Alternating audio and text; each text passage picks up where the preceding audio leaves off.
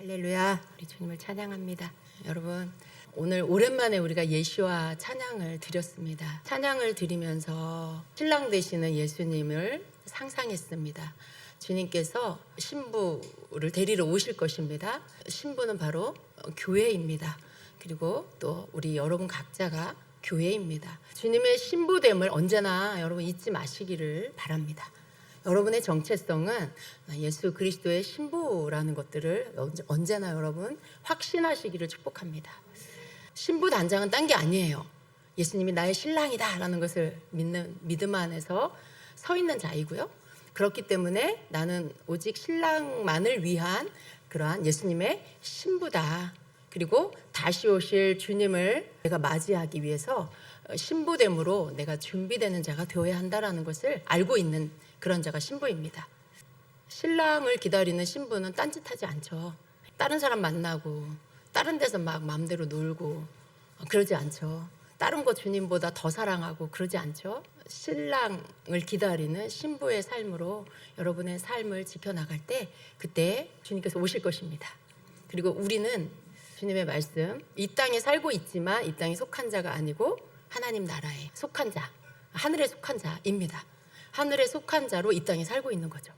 그래서 하나님께서 우리로 이 시대를 지금 통과해 가게 하시는 이유는 우리로 이 시대에 하나님의 뜻이 이 땅 가운데 이루어지기를 기도하라고 우리를 이 시대 가운데 두신 줄로 믿습니다.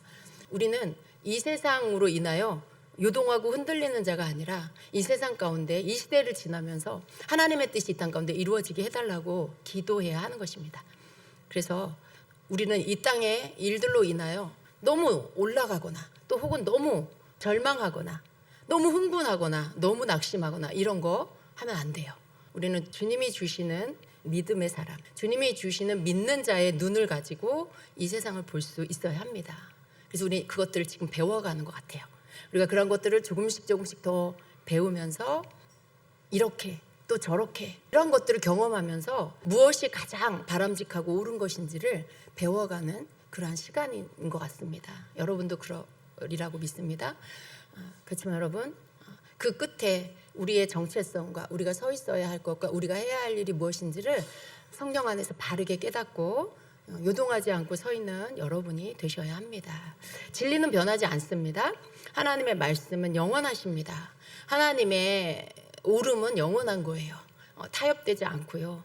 변질되지 않고요. 바뀌지 않습니다. 하나님의 말씀대로 이 땅 가운데 하나님의 뜻이 이루어지기를 여러분 기도하시고 선포하시기를 바랍니다. 하나님의 뜻이 이 땅 가운데 이루어지기를 선포합니다. 아멘. 그래서 오늘 우리가 고린도전서 15장으로 말씀을 좀 나누려고 합니다. 지금 우리가 고린도전서를 묵상하고 있습니다. 이번 한 주간에 고린도전서 15장을 묵상하는 그런 시간을 보냈는데요. 고린도전서 15장은 부활장이라고 부릅니다. 부활에 대한 말씀입니다. 제가 말씀을 준비하다가 보니까 이 부활에 대한 말씀을 부활절 때 또 그 앞뒤로 해서 나누고 그때 전하고 다른 때는 그렇게 많이 다루지 않은 것 같아요. 부활에 대해서 여러분에게 막 말씀을 전하고 그런 것이 부활절 시즌 외에는 그렇게 많이 전하지 않은 것 같아요.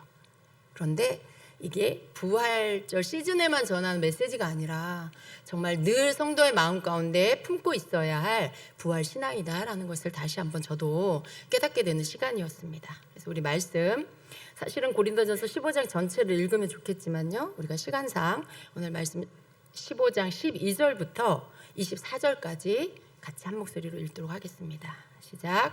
그리스도께서 죽은 자 가운데서 다시 살아나셨다 전파되었거늘 너희 중에서 어떤 사람들은 어찌하여 죽은 자 가운데서 부활이 없다 하느냐.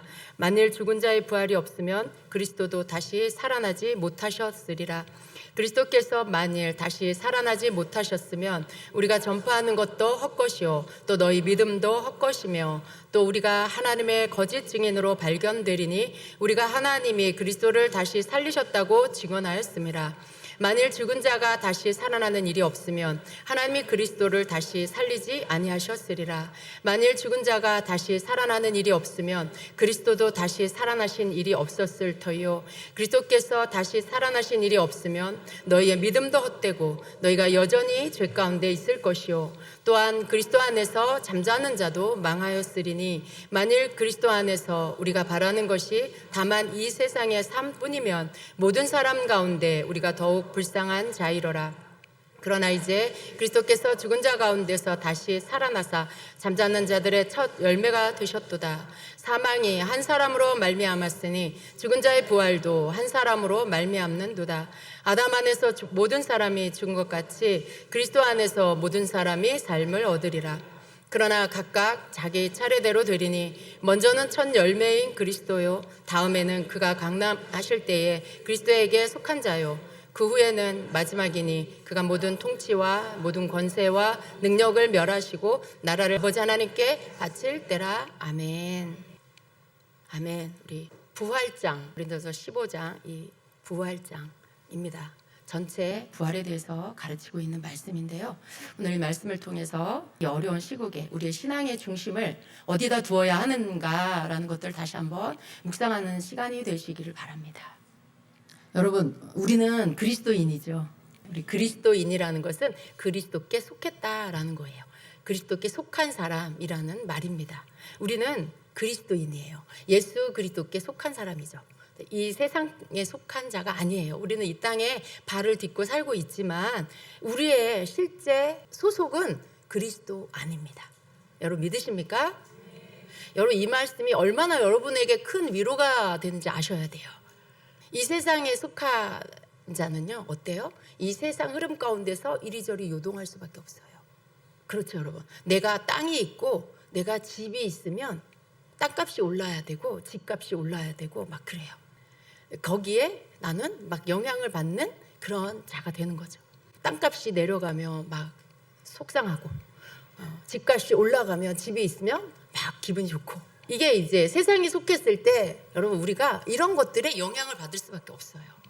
그리스도께 속했어도 여러분 영향 받죠. 그죠? 그리스도께 속했어도 우리가 이 땅에 살기 때문에 그런 영향을 받아요.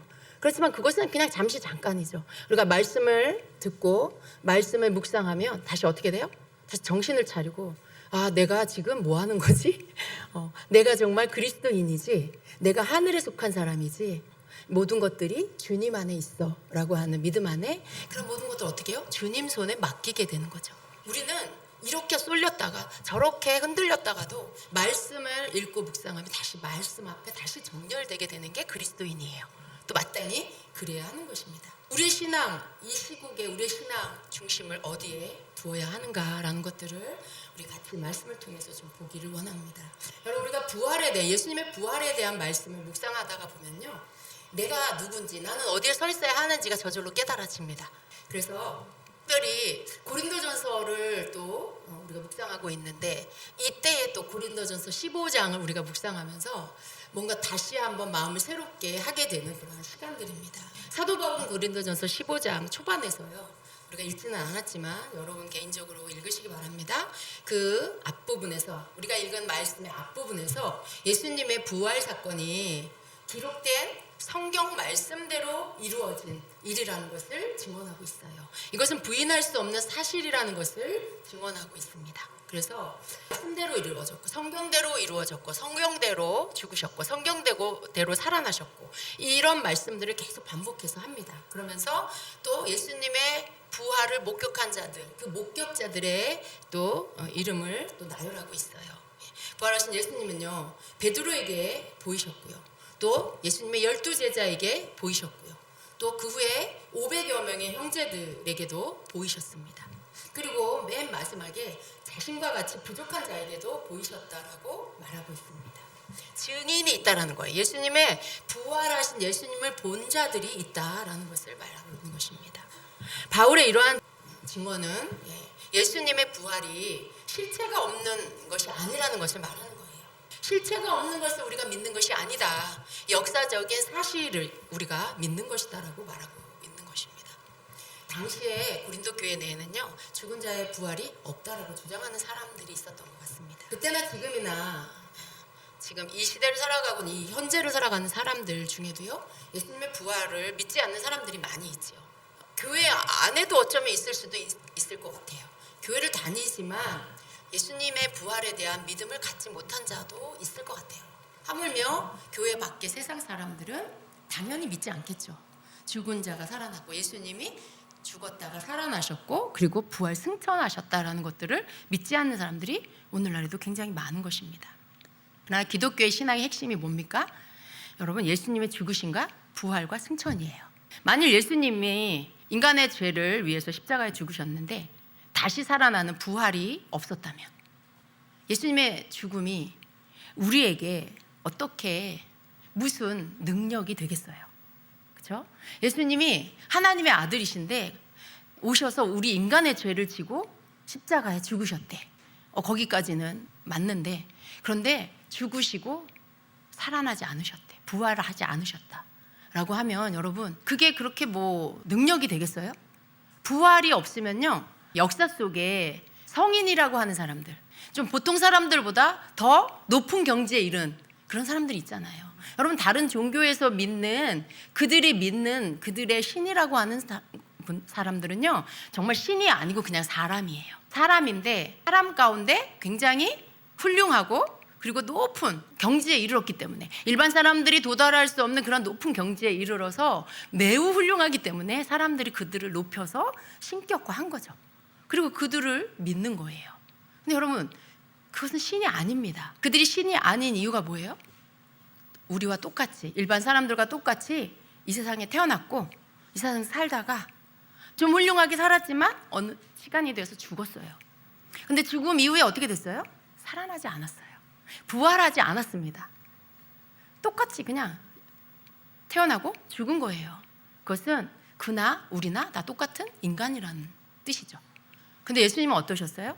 하나님의 아들로 이 땅에 오셔서 죄가 없으신 예수님께서 우리의 죄를 사해 주시기 위해서 십자가에 달리셨어요. 죽으셨어요.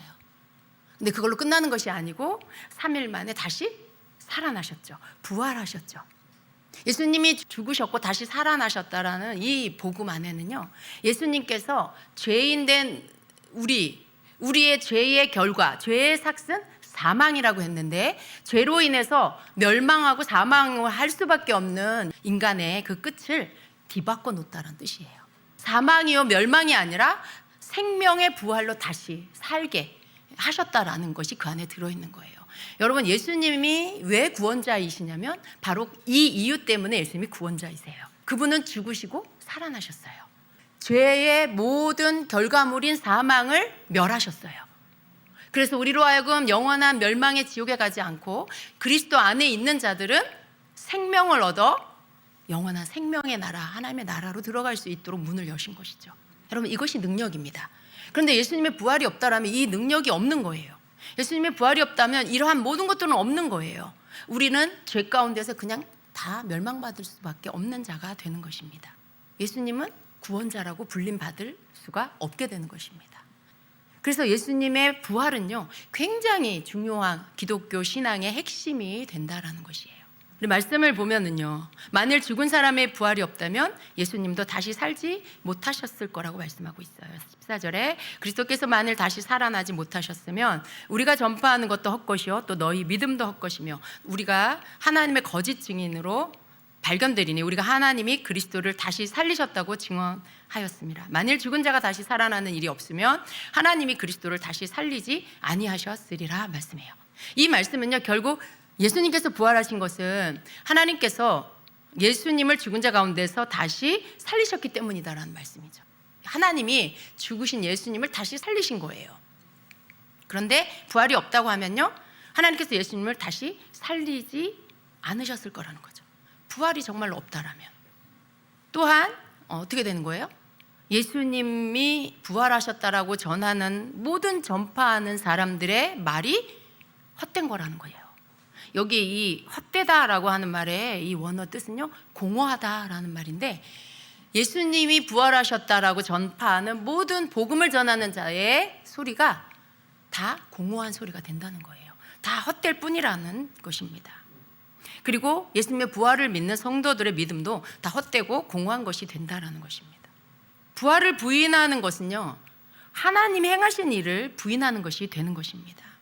그 말은요, 하나님께서 인간을 구원하시기 위해서 그 아들 예수 그리스도를 보내셔서 죽으시고 부활하게 하셨는데, 죽은 자의 부활이 없다면 하나님은 예수님을 다시 살리지 않으셨을 것이고, 예수님의 부활이 없다면 우리의 구원도 없다라는 것입니다.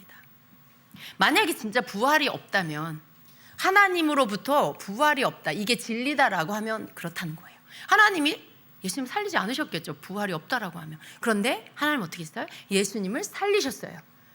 예수님을 다시 부활하게 하셨어요. 그 말은 부활이 있다라는 것이죠.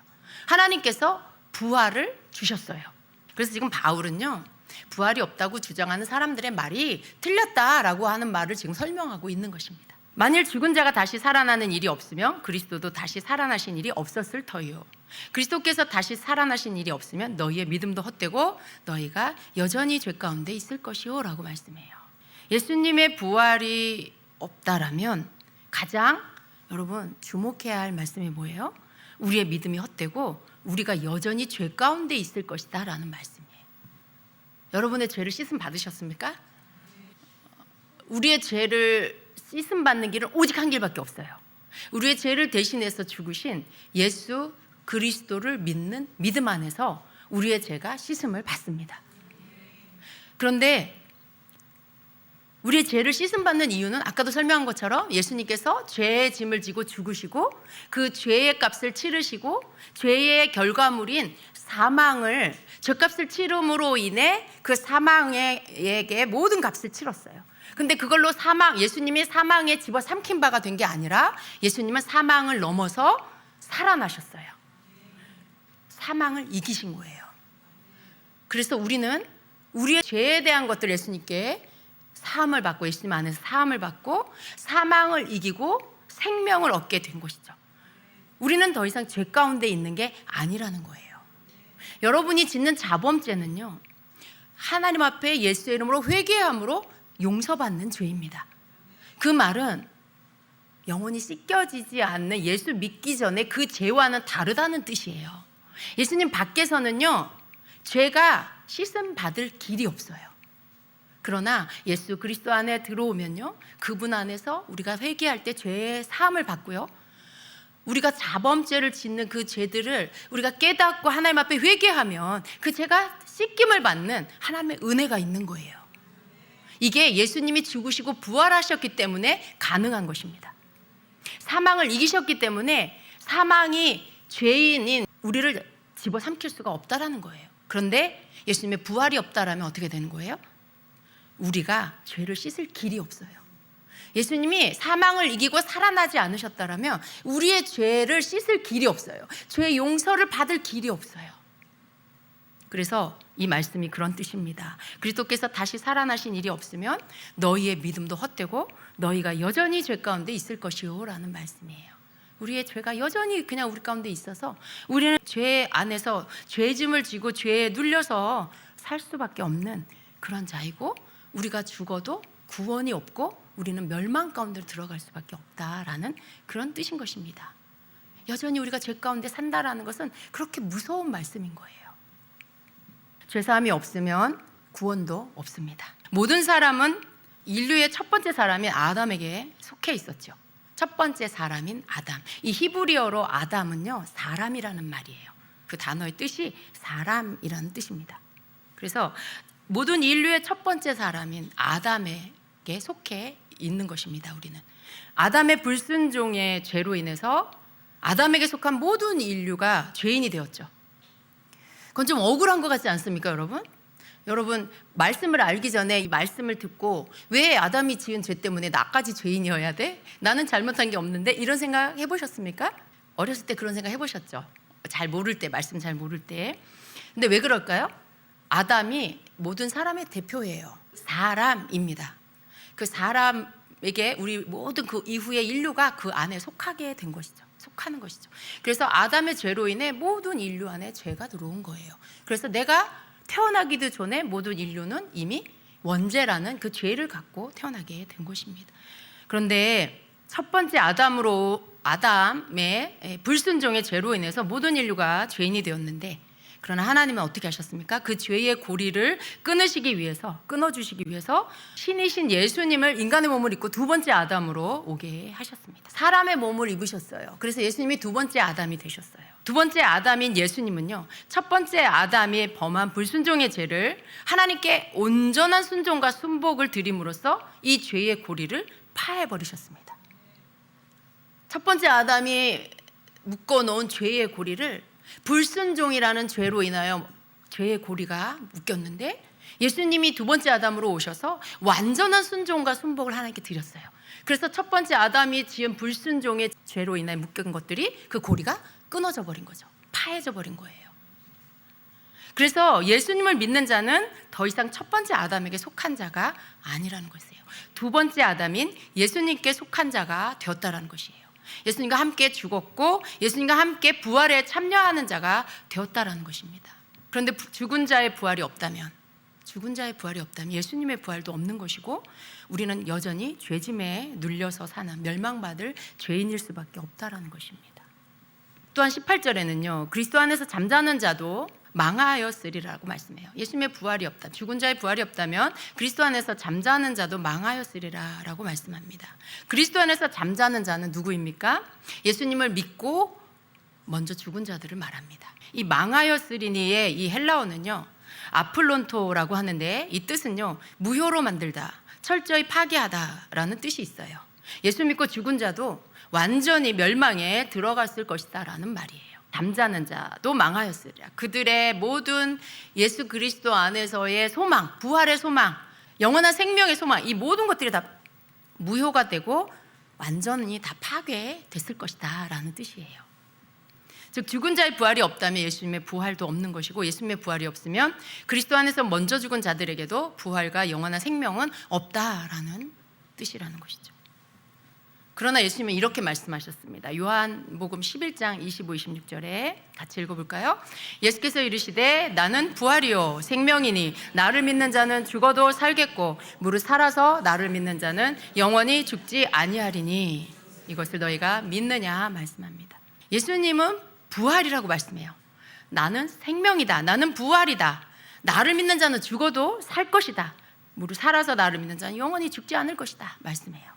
또한 부활이 없고 이 세상의 삶이 전부라면요, 세상에 불쌍한 사람이 많아요. 그죠? 헐벗고 굶주린 사람들, 그런 불쌍한 사람들이 많지만 그 가운데 예수님 믿는 자가 그 누구보다도 더 불쌍한 자가 된다라고 말씀하고 있어요. 만일 그리스도 안에서 우리가 바라는 것이 다만 이 세상의 삶뿐이면 모든 사람 가운데 우리가 더욱 불쌍한 자인이라 말씀해요. 왜 그럴까요?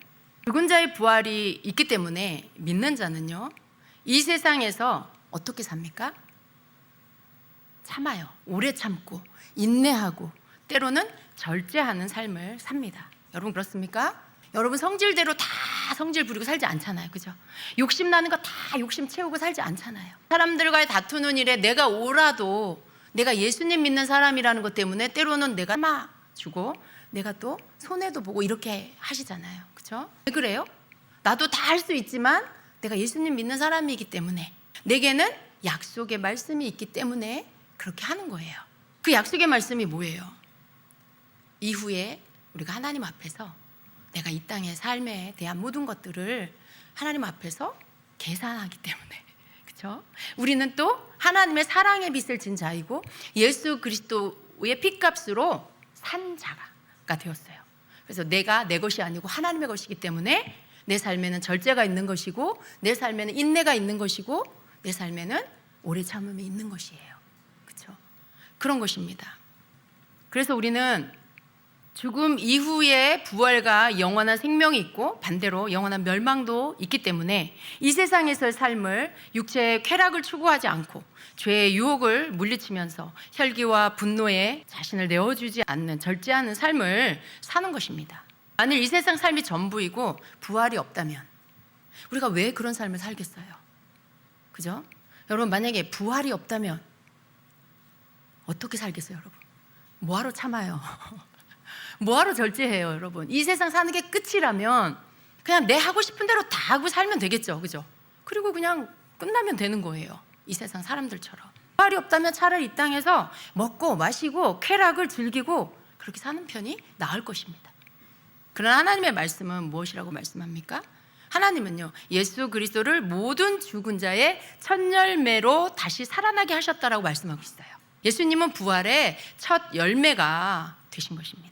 20절에 그러나 이제 그리스도께서 죽은 자 가운데서 다시 살아나사 잠자는 자들의 첫 열매가 되셨도다라고 말씀해요. 이 첫 열매, 이 첫 열매라는 말의 의미는요, 이거는 농사 짓는 일에 열매를 심고 가을에 거두는 추수하는 그때 쓰는 말이에요. 첫 열매입니다. 곡식의 첫 수확을 의미하는 말이죠. 그런데 이 안에는요, 예수님의 부활의 의미가 이 안에 들어있는 것입니다. 레위기 23장은요 여호와의 절기에 대해서 우리에게 가르쳐 주고 있습니다. 여호와의 절기는요 뭐예요? 여러분 여호와의 절기 아시죠? 근데 그 절기가 의미하는 건 하나님의 시간표를 의미합니다. 하나님의 시간표예요.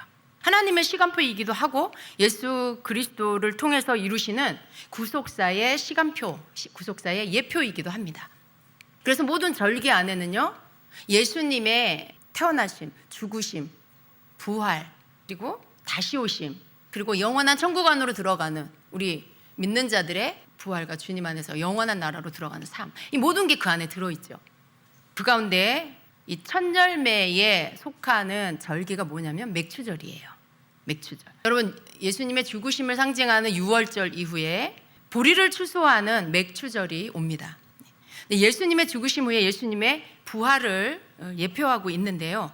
레위기 23장 9절로 12절의 말씀을 함께 보도록 하겠습니다. 여기 안에 보면은 맥주절에 행하는 그 행위가 있어요. 그것이 예수님의 부활과 같이 부활을 예표하는 그러한 상징적인 것이라는 걸 우리가 알 수가 있는데요. 함께 읽어봅니다. 여호와께서 모세에게 말씀하여 이르시되 이스라엘 자손에게 말하여 이르라 너희는 내가 너희에게 주는 땅에 들어가서 너희의 곡물을 거둘 때에 너희의 곡물의 첫 이삭 한 단을 제사장에게로 가져갈 것이요 제사장은 너희를 위하여 그 단을 여호와 앞에 기쁘게 받으심이 되도록 흔들되 안식일 이튿날에 흔들 것이며 너희가 그 단을 흔드는 날에 1년 되고 흠없는 순양을 여호와께 번제로 드리고 라고 말씀해요. 맥추절에 보리 추수의 첫 곡식단을 하나님께 들어 올려서 흔들라고 제사장에 갖다 주어서 그 제사장이 그 곡식단을 하나님 앞에 보이도록 흔들라고 말씀하고 있어요. 여러분 이것은요 신약의 예수님이 죽음에서 일어나셔서 들림을 받으심으로 부활하셔서 부활의 첫 열매로 하나님께 드려질 것을 예표한 것입니다. 그래서 이 첫 열매는요 첫 곡식의 추수단을 의미해요. 곡식의 추수단, 그 말은 뭐예요? 그 뒤로 이어지는 수많은 추수단이 있다라는 의미이기도 하죠. 그 뒤를 이어서 추수하게 될 모든 곡식단이 있음을 의미합니다. 예수님의 부활은요 부활의 첫 열매가 되시고 그 뒤를 이어서 그리스도 안에 있는 자들도 부활하게 된다라는 뜻이에요. 그래서 첫 열매란 시간적으로 가장 먼저 있었던 사건을 뜻합니다. 부활의 사건 가운데 가장 먼저 일어난 부활의 첫 사건이 뭐예요? 예수 그리스도의 부활입니다. 동시에 마지막에 일어날 어떤 결과를 짐작할 수 있게 하는 거죠. 마지막에 일어나는 결과를 가능하게 만드는 첫 번째 근원이라는 의미가 담겨져 있어요. 첫 번째 첫 열매 부활이 있기 때문에 그 뒤를 잇는 부활이 있다라는 것이죠. 그래서 예수님의 부활이 없으면 우리의 부활도 없어요. 예수님의 부활이 없으면 우리의 구원도 없고 당연히 우리의 부활도 없습니다. 그래서 그리스도의 부활은요 예수님과 연합된 모든 믿는 자의 부활이 있을 것을 의미하는 것입니다. 21절에 보니까 사망이 한 사람으로 말미암았으니 죽은 자의 부활도 한 사람으로 말미암는도다. 아담 안에서 모든 사람이 죽은 것 같이 그리스도 안에서 모든 사람이 삶을 얻으리라 라고 말씀해요. 아담을 통해서 사망과 멸망이 들어왔어요. 그렇지만 예수 그리스도를 통해서 부활과 생명이 또 들어왔습니다. 예수님의 부활로 사망이 패해졌어요. 여러분 사망이 한 사람으로 말미암았다고 말씀했죠. 아담으로 인해 사망이 시작이 됐어요. 그래서 모든 사람이 죽은 자가 되었죠. 그런데 이 죽은 자의 부활도 또 한 사람으로 말미암는데 그가 누구예요? 바로 예수 그리스도이십니다. 그래서 아담 안에서 모든 사람이 멸망받을 자, 죽은 자가 되었지만 그리스도 안에서 또 모든 사람이 삶을 얻게 되었다라는 것입니다. 저와 여러분이 그리스도 안에서 삶을 얻은 자가 되었습니다. 그리스도 안에 들어오는 모든 자는 다시 삶을 얻게 됩니다. 예수님의 부활로 사망이 패해졌습니다. 그리스도 안에서. 그래서 디모데후서 1장 10절에 보면은요, 이제는 우리 구주 그리스도 예수의 나타나심으로 말미암아 이제는 우리 구주 그리스도 예수의 나타나심으로 말미암아 나타났으니 그는 사망을 패하시고 복음으로써 생명과 썩지 아니할 것을 드러내신지라 라고 말씀하고 있어요. 이렇게 예수님의 부활은요, 우리의 믿음의 핵심입니다. 그리스도 안에서 죄사함과 거듭남 그리고 영원한 생명을 얻게 하는 가장 강력한 복음이요 능력의 근원이 되는 것입니다. 여러분, 예수님의 부활이 얼마나 중요한 건지 몰라요. 우리는 그냥 부활절 때 잠깐 축하하고 기뻐하고 감사하고 그리고 지나가잖아요. 근데 사실은 여러분 신앙의 모든 순간순간에 여러분 가운데 흔들리지 않고 가지고 있어야 할 그 중심이 뭐냐면 부활신앙이에요. 여러분이 예수님의 부활로 인하여 여러분이 거듭났게 됐고 죄사함을 받게 됐고 여러분이 사망에서 생명으로 옮겨졌고 그리고 하나님의 자녀가 됐다라는 거. 하나님 안에서 여러분 존재가 바뀌어진 모든 그 핵심 안에 예수님의 부활이 있는 거예요. 그래서 이 부활 신앙은 너무나 중요한, 성도들에게 있어 부활 신앙은 절대로 흔들려서도 안 되고 빼앗겨서도 안 되는 그런 아주 중요한 신앙의 핵심이라는 것입니다. 23절 이하에는요, 부활의 순서에 대해서 말씀을 하고 있는데요. 그러나 각각 자기 차례대로 되리니 먼저는 첫 열매인 그리스도요, 그 다음에는 그가 강림하실 때 그리스도에게 속한 자요, 그 후에는 마지막이니 그가 모든 통치와 모든 권세와 능력을 멸하시고 나라를 아버지 하나님께 바칠 때라라고 말씀해요. 예수님이 첫 열매로 부활하셨고요, 그 다음에 누가 부활합니까? 예수님 강림하실 때 그리스도께 속한 자가 부활한다라고 말씀해요. 그리스도께 속한 자가 누구라고 했죠? 그리스도인. 여러분, 그리스도께 속한 자로 계속해서 예수님께 붙어있는 자가 되셔야 합니다. 예. 개역 한글 성경에는요, 그리스도께 붙어있는 자라고 이렇게 번역하고 있어요. 예수님께 붙어있는 자가 되셔야 합니다. 그래서 예수님 첫 열매로 부활하셨고 그 다음 그리스도인들, 예수님께 속한 자들이 부활한 날이 올 것입니다. 여러분은 무엇을 소망하느냐 하면 바로 그날을 소망하는 사람들이에요. 여러분은 이 땅의 흥망성쇠를 가지고 여러분의 기쁨을 삼고 소망을 삼는 그런 사람들이 아니고요, 예수님의 다시 오심을 소망하고 기다리는 그날의 영화로운 몸으로, 신령한 몸으로 변화되어 주님과 함께 영원한 나라에 들어갈 것을 소망하는 그것이 바로 여러분의 참된 소망인 것입니다. 그 후에 마지막에 그가 모든 통치와 모든 권세와 능력을 멸하시고 나라를 아버지 하나님께 바칠 때가 온다라고 말씀해요. 예수님께서 부활하시고 성도들의 부활이 있고 나서 그 다음에 뭐가 있어요?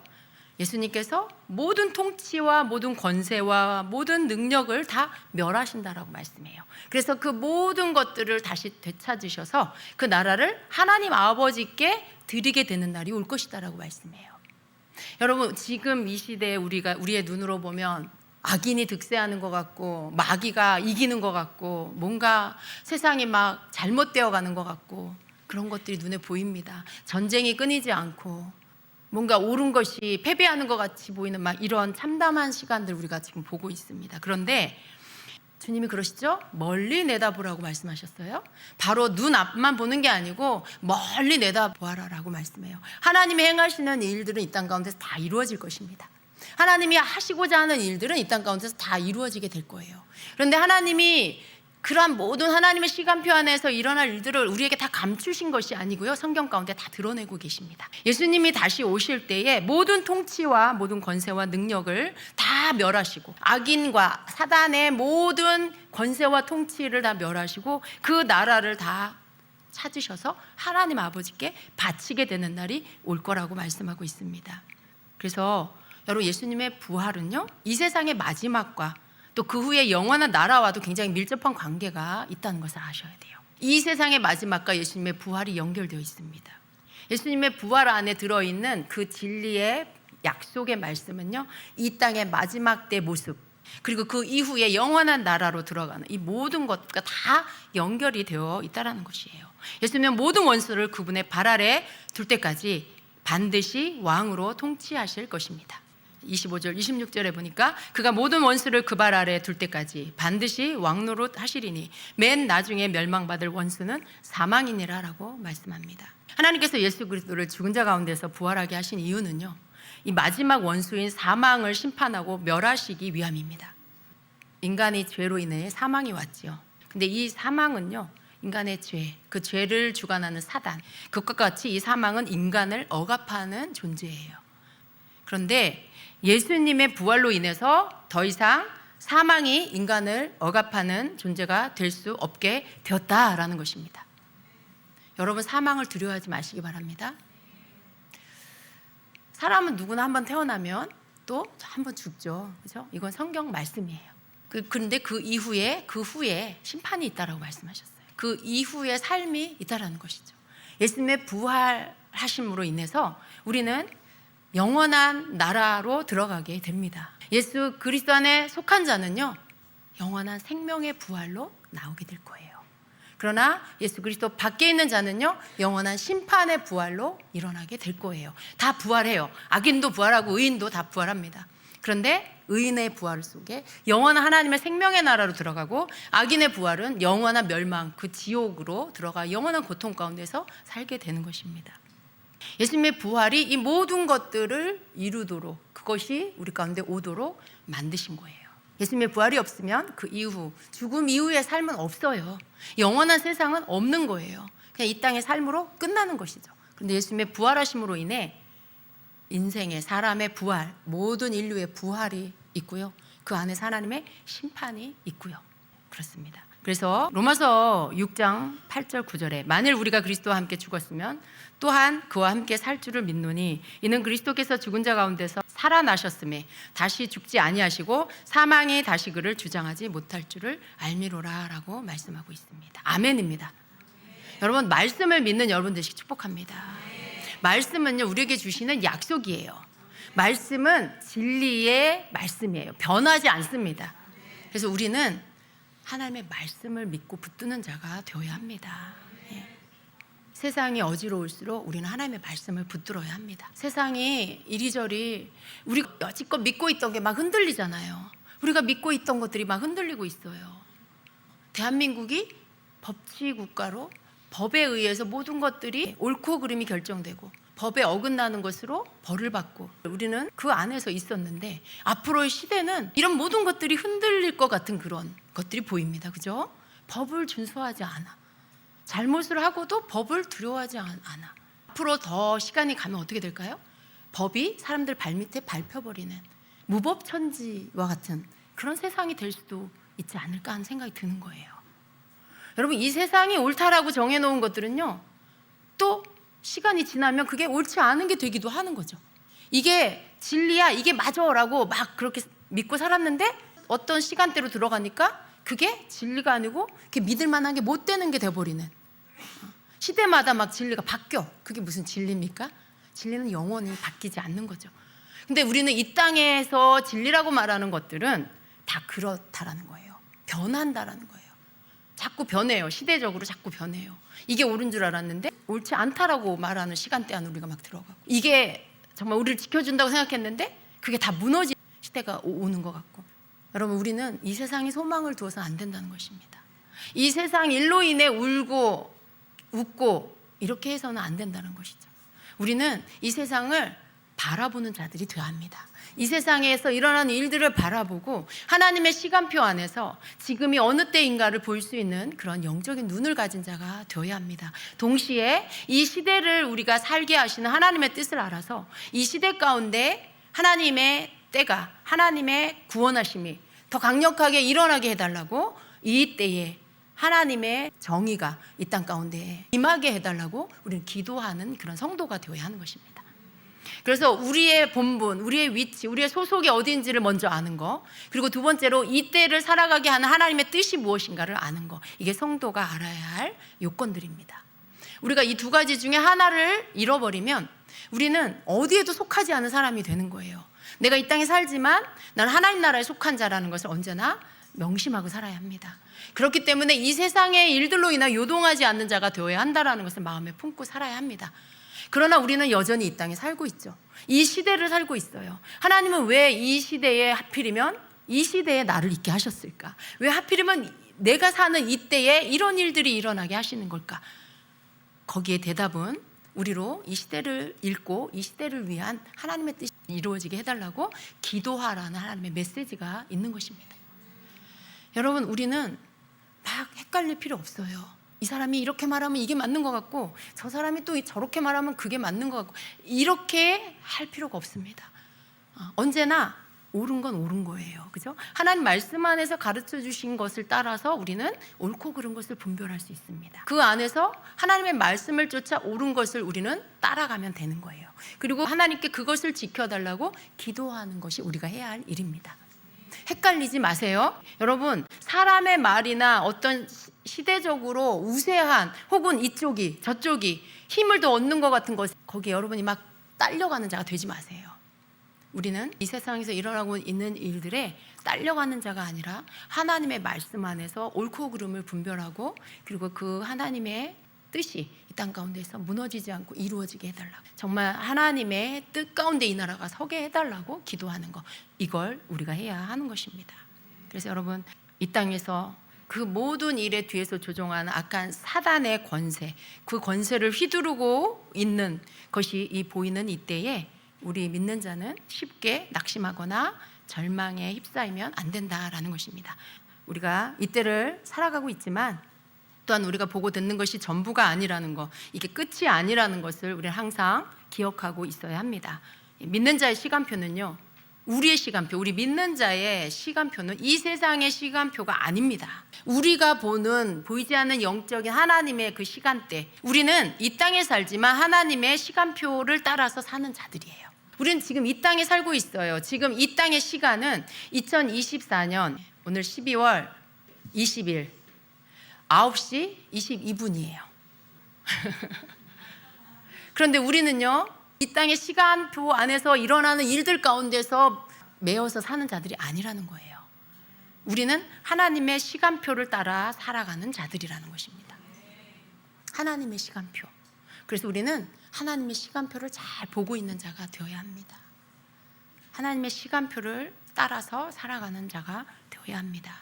우리의 소망의 이유는요, 부활하신 예수 그리스도가 우리의 주님이시고 예수님께서 부활하심으로 악의 세력을 멸하시고 심판하심을 믿는 것, 그래서 우리에게는 소망이 있는 거예요. 그날이 올 것을 믿기 때문에, 성도의 부활이 있을 것을 믿기 때문에 우리의 소망의 이유가 거기에 있는 것입니다. 그래서 우리는 세상으로 인해 요동하는 자가 되어서는 안 됩니다. 우리의 기도는요, 말씀을 믿는 믿음에서부터 출발해야 돼요. 여러분, 기도하시죠? 나라를 위해서 기도하시죠? 근데 우리의 기도가 한탄이 되어서는 안 돼요. 아이고 하나님 어떻게 하면 좋아요? 가슴을 치면서 막 그래요. 물론 그런 마음이 들 수 있어요. 근데 우리의 기도는 한탄하는 것이 아닙니다. 그리고 또 우리의 기도는요, 감정 표출을 하는 게 기도가 아니에요. 감정 표출을 하는 게 기도가 아니라, 기도는 뭐냐면 내 믿음을 표출하는 게 기도예요. 내가 뭘 믿고 있는지, 말씀을 믿는 믿음을 표출하는 게 그게 기도입니다. 내 감정 막 화가 나, 막 속이 막 터질 것 같아, 막 그 감정을 표출하는 게 그게 기도가 아니에요. 하나님 저들을 막 다 쓸어버려 주세요, 이게 기도가 아니에요. 여러분, 그건 내 감정이에요. 그건 내 한탄이에요. 여러분, 그게 아닙니다. 하나님의 말씀을 믿는 믿음을 갖고 기도할 때 그 기도가 응답이 되는 거예요. 내 감정으로 하는 기도는 응답이 안 돼요. 내 한탄으로 하는 기도는 응답이 안 돼요. 하나님이 응답하시는 기도는 믿음의 기도입니다. 뭘 믿어요? 하나님의 말씀을 믿는 믿음의 기도가 응답이 되는 것입니다. 그래서 우리의 기도가 말씀을 믿는 믿음에서 기도가 출발이 되어야 한다라는 것입니다. 예수 그리스도를 믿는, 예수 그리스도 안에 거하는 자는 세상 일로 요동하는 자가 되어서는 안 된다라는 것입니다. 하나님께서 이때에 이 땅의 기도 소리 때문에, 이 땅의 믿는 자의 기도 소리 때문에 하나님의 보좌에서 일어나셔서 하나님의 일들을 이루시도록 우리가 그렇게 하나님의 뜻이 이 땅에 이루어지는 그런 기도를 해야 되겠습니다. 아멘. 예. 여러분의 마음을 굳건하게 하십시오. 우리는 부활의 소망을 가진 그런 그리스도 안에 속한 그런 자들입니다. 여러분 부활의 신앙을 꼭 붙드시기 바랍니다. 왜 하나님께서 이때에 고린도전서를 묵상하게 하시고 또 이때에 부활에 대한 이 말씀을 묵상하게 하실까? 이것은 하나님께서 우리에게 주시는 말씀이에요. 너희들 부활 신앙 안에 서라. 너희들의 중심 안에 부활의 신앙을 가져야 한다. 다른 어떤 것이 아니라 부활을 믿는 그 신앙 안에서 부활이 주는 복음과 메시지를 너희가 깨닫고 그 안에서 너희들의 정체성을 두고 그 안에서 기도하는 자들이 되어야 한다. 너희들은 그러한 자다. 이 땅에 속한 자가 아니라 나에게 내 나라에 속한 자들이다라고 말씀하고 있는 것입니다. 그러니까 우리 여러분 말씀을 붙드시고 여러분의 중심을 그곳에 부활 신앙에 두시기를 축복합니다. 아멘. 같이 기도하겠습니다. 이제 여러분 우리 올해가 지금 다 가고 있습니다. 이번 주 그리고 또 한 주가 남았는데요. 올 한 해를 보내면서 또 우리 한 해를 잘 마무리해야 되겠습니다. 우리 하나님 앞에 지금 해야 할 기도가 있고요. 또 올해를 마무리하면서 여러분 자신과 여러분 가정과 또 여러분의 속한 영역 안에서 또 올 한 해를 마무리하는 하나님 앞에 그런 또 마무리의 시간이 필요하고 또 그런 기도도 필요합니다. 또한 또 내년을 준비하는 그런 기도도 여러분에게 필요합니다. 오늘 밤 여러분 기도하시기 바랍니다. 먼저는 우리가 나라를 위해서 하나님 이 대한민국을 하나님이 기뻐하는 나라로 든든히 세워주시옵소서라고 기도하세요. 정말 이 땅이 이 대한민국이 하나님의 마음을 아프게 하고 하나님의 진노를 사는 하나님의 기뻐하시지 않는 하나님이 금하시는 그러한 일들을 자행하는 그런 악한 그런 나라가 되지 않게 해달라고 하나님 지켜달라고 기도하시고 하나님의 마음을 가진 자 하나님의 뜻을 가진 자들을 세워달라고 여러분 기도하세요. 정말 이 땅 가운데 바르게 건강한 마음으로 하나님의 뜻을 따라갈 수 있는 그러한 사람들을 일으켜달라고 여러분 기도하십시오. 그리고 또 여러분 개인적으로 교회를 위해서 기도하시고 여러분 개인의 또 1년의 마무리와 내년을 위한 기도 같이 함께 기도 다 하시기 바랍니다. 함께 우리 주여 한번 하고 주여 3번 부르고 같이 기도하겠습니다. 주여